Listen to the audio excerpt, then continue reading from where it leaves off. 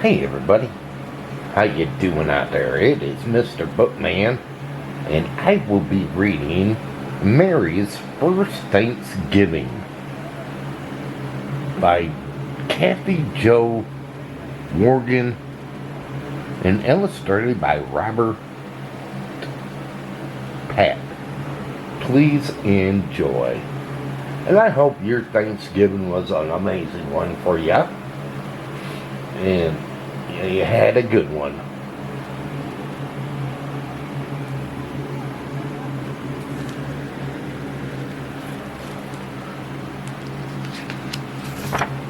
Mary's First Thanksgiving.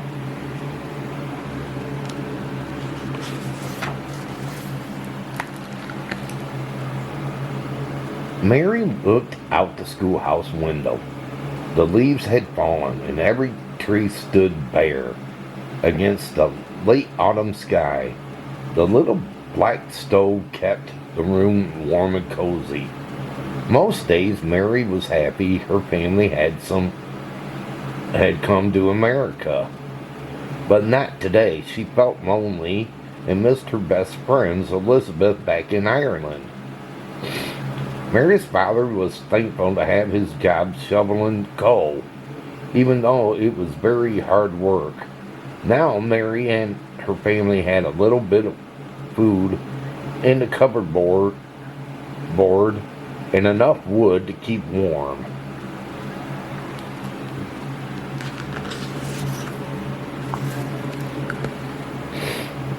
When the bell rang, Mary gathered her books and started for home. She could hear other children talking about Thanksgiving. Tomorrow they would be feasting on turkey and pie with friends and family. Mary knew the most her family would be able to put on the table was extra bread with honey and perhaps a sausage or two.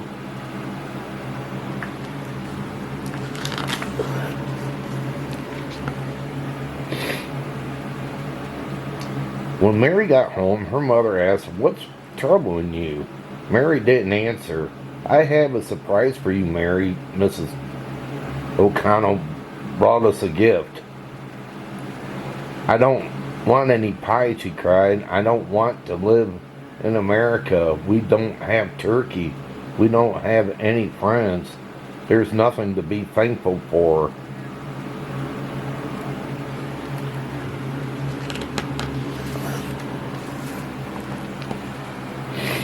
Mary felt a pinch in her heart when she looked up and saw her father standing in the doorway. Before Mary could apologize, her father spoke. "Mary, I want to tell you a story. Long ago, a sailing ship fought stormy seas to come here. The passengers were from England, seeking a new life of freedom just like us. The colonists arrived in late December, cold and hungry. Many became sick and died.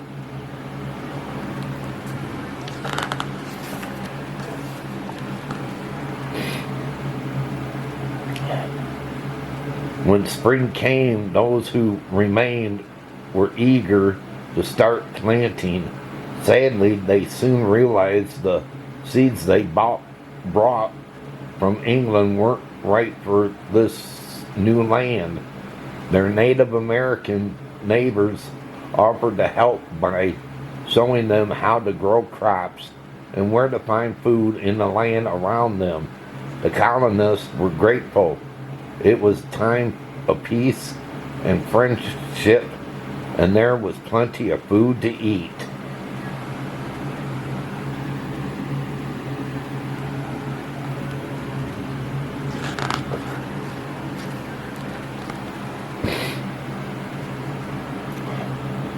When autumn came, they were so thankful that they planned a celebration with their new friends. For 3 days they feasted on venison, geese, corn, beets, beans, grapes, and chestnuts. But Father, life got better for them, Mary said softly. It is still hard for us. We only have a few things to eat, and I don't have any friends.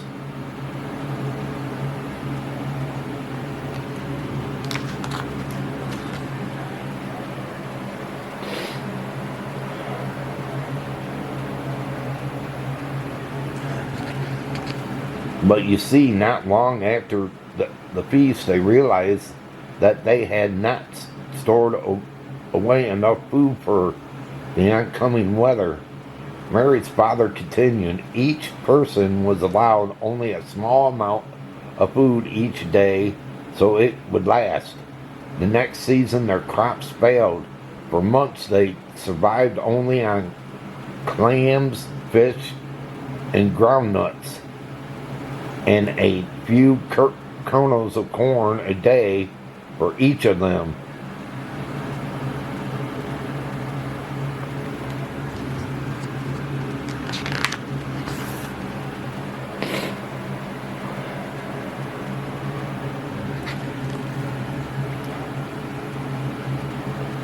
On one hot day, the colonists came together to pray for help.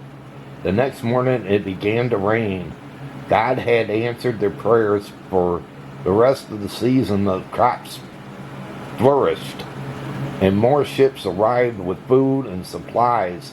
The colonists gave their thanks to God.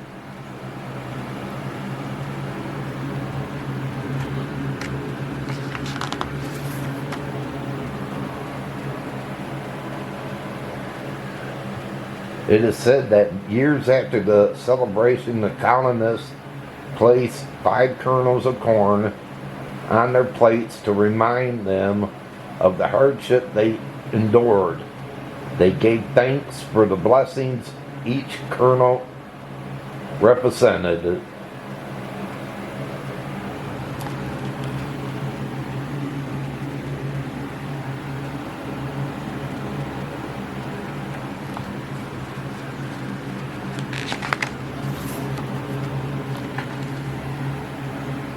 The first kernel represented the beauty and the bounty of autumn. The second kernel represented their love of one another.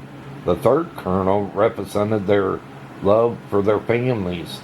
The fourth kernel represented their friendship with the Native Americans.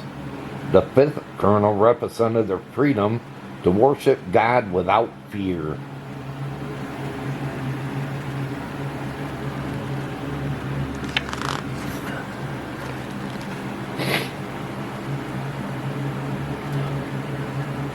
Our life in America may not be perfect, Mary, her mother added, but there are many blessings we can be thankful for, like the O'Connor family. I'm very thankful Mrs. O'Connell pumpkin pie. Mary's father said next year at Thanksgiving there will be more food at our table, but this year I'm thankful for what we have.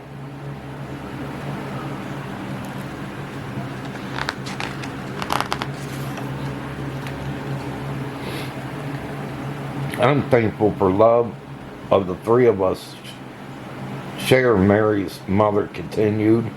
Mary's father added a fourth blessing. I'm thankful that in America we can worship God without fear. Mary, surely you can name one thing you're thankful for, said her mother. Mary thought for a moment. I am thankful that Hannah O'Connor smiled at me. It makes me feel like we are becoming friends.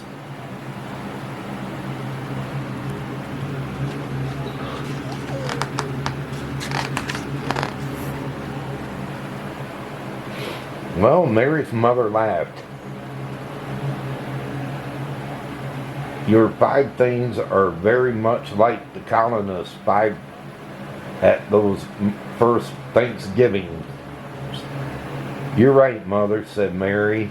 When I see Hannah at church on Sunday, I will tell her the story of the 5th kernel and that I'm thankful she wants to be my friend.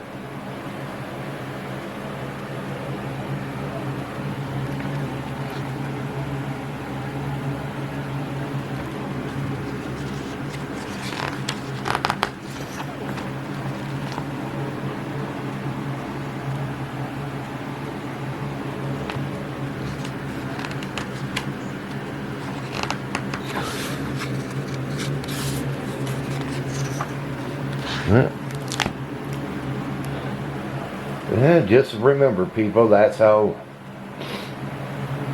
Thanksgiving started. A lot of people wasn't able to afford a Thanksgiving, and it was hard on them. And it still is hard on a lot of people.